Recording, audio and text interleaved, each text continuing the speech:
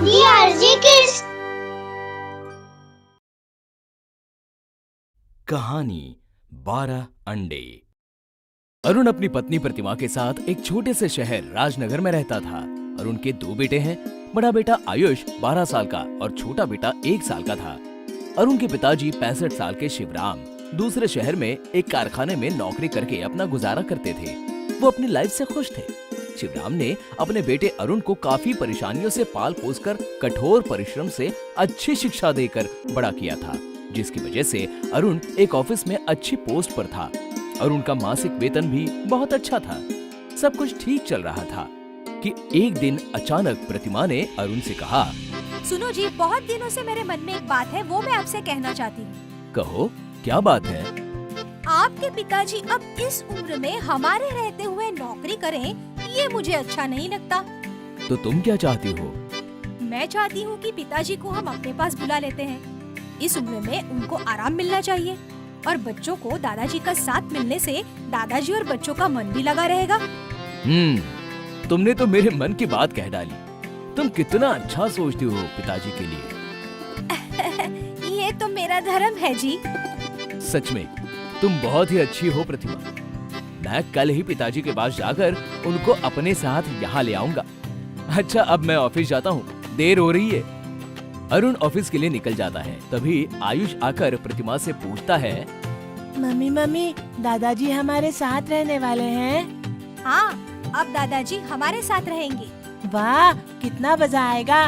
Mummy, मैं दादाजी के साथ खूब खेलूंगा और दादाजी से अच्छी अच्छी परियों वाली, जादू वाली और भूत वाली कहानियाँ सुनूंगा। आयुष, कान खोलकर सुन लो।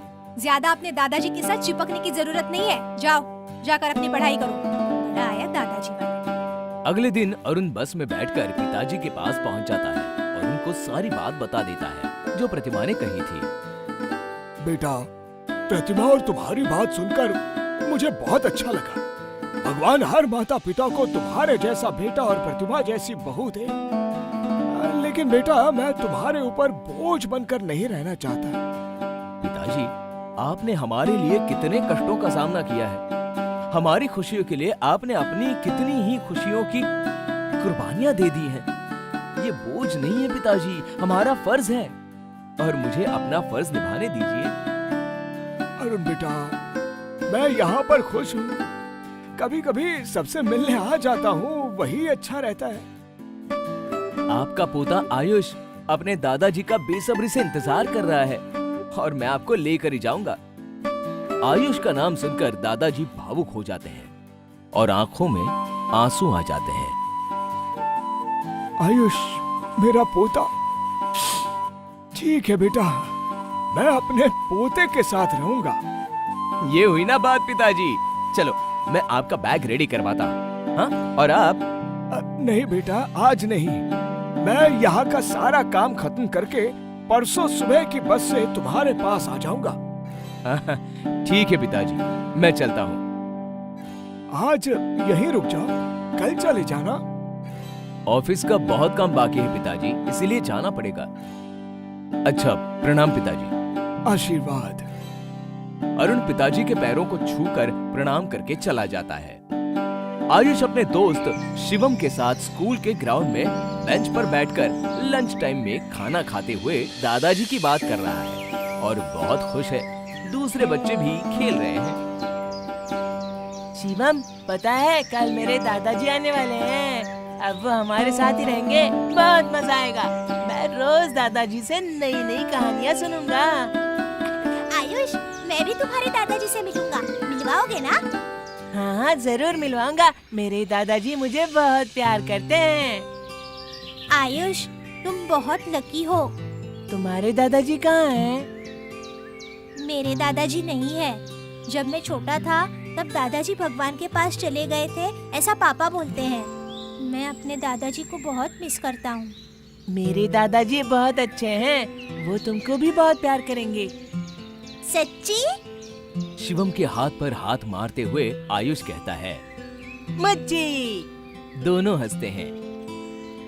तभी स्कूल की घंटी बजती है। आज आयुष बहुत खुश है। आज आयुष के दादाजी आने वाले हैं। अरुण दादाजी को बस स्टैंड से लेकर आया है। घर में छोटे बच्चे को प्रतिमा बोतल से दूध पिला रही है।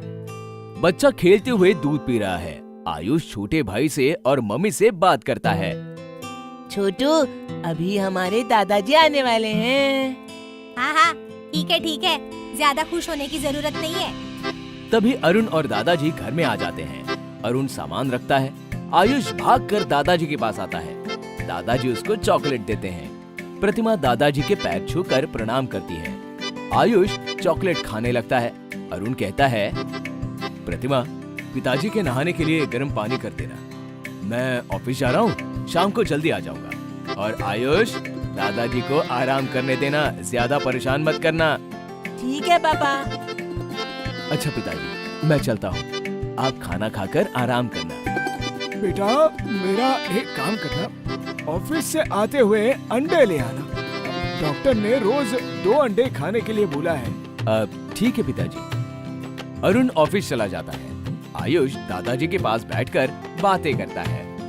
दादाजी, आप मुझे जादू वाली और परियों की कहानी सुनाओगे ना? हाँ बेटा, मेरे पास बहुत सारी कहानियाँ हैं। मैं रोज रात को एक कहानी सुनाऊंगा। दादाजी, मेरा दोस्त शिवम आपसे मिलना चाहता है। शिवम के दादाजी नहीं है ना, इसीलिए। मिलोगे ना शिवम से? हाँ, जरूर मिलूंगा। अब मैं तुम्हारे सभी दोस्तों से मिलूंगा। तभी प्रतिमा जोर से चिल्लाकर आयुष को बोलती है, आयुष, चलो स्कूल के लिए तैयार हो जाओ। फालतू बातें करके टाइम खराब मत करो। और आप, हाँ, जल्दी से छोटू के लिए डायपर ले आओ। मैं अभी आता हूँ। दादाजी बाहर चले जाते हैं। मम्मी, आप दादाजी से इस तरह बात क्यों कर रही हो? मुझे पता है किससे कैसे बात करनी चाहिए। जाओ, अपनी स्कूल बैग लाओ। बेटा, स्कूल के लिए तैयार हो जाओ। हम शाम को बात करेंगे। हाँ। रात को दादाजी आयुष को परी की कहानी सुना रहे थे। तभी प्रतिमा आयुष को बुला लेती है। फिर क्या हुआ दादाजी? फिर बहुत सारी परियां आती हैं और छोटी सी परी को अपने साथ ले जाती हैं। आयुष, इधर आकर पढ़ाई करो। दादाजी, मैं जाता हूँ। आगे की कहानी कल सुनूंगा। आयुष चला जाता है।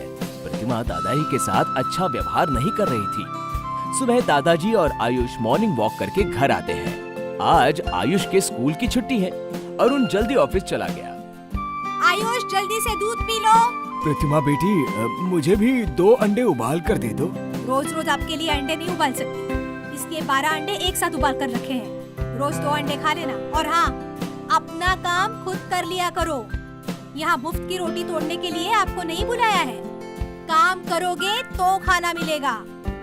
आज से बच्चों को संभालने का काम और बाहर से घर का पूरा सामान लाने का काम आपका। प्रतिमा बेटा, ये तुम कैसी बात कर रही हो? वही जो आप सुन रहे हो। और हाँ, अगर अपने बेटे से कुछ भी कहा ना, तो मुझसे बुरा कोई नहीं होगा। अब मेरा मुंह क्या देख रहे हो? अंडे खाकर बाजार से सब्जी लेकर आओ। शाम को आयुष और शिवम एक पार्क में फुटबॉल खेलने के बाद बात करते हैं। दादाजी कैसे हैं? ठीक नहीं है। मम्मी दादाजी से झगड़ा करती है, बुरा बुरा कहती है। दादाजी से घर का सारा काम करवाती है। मम्मी दादाजी को नौकर की तरह यूज करती है। मुझे मम्मी से दादाजी को बचाना है। दादाजी को बचाने का एक तरीका है मेरे पास। क्या? 100 पर फोन करने से 100 नंबर वाले अधिकारी बड़े लोगों पर अत्याचार करने वालों को पकड़ कर ले जाते हैं। आयुष और शिवम ने 100 नंबर पर फोन किया तो 100 नंबर वालों की पूरी टीम दादाजी को बचाने और प्रतिमा को पकड़ने के लिए आ जाते हैं। प्रतिमा दादाजी और अरुण से माफी मांगती है। पिताजी, मुझे माफ कर दो। आज के बाद आपको रोज ताज़ा अंडे उबाल कर दूंगी। पिताजी, मैं बहुत शर्मिंदा हूँ। आपके साथ प्रतिमा को ऐसा नहीं करना चाहिए था। ठीक है, माफ किया। दादाजी प्रतिमा को माफ कर देते हैं और 100 नंबर की टीम दोनों बच्चों को शाबाशी देती है। आयुष और शिवम जैसे बहादुर और समझदार बच्चों की वजह से आज दादाजी के सम्मान को बल मिला है।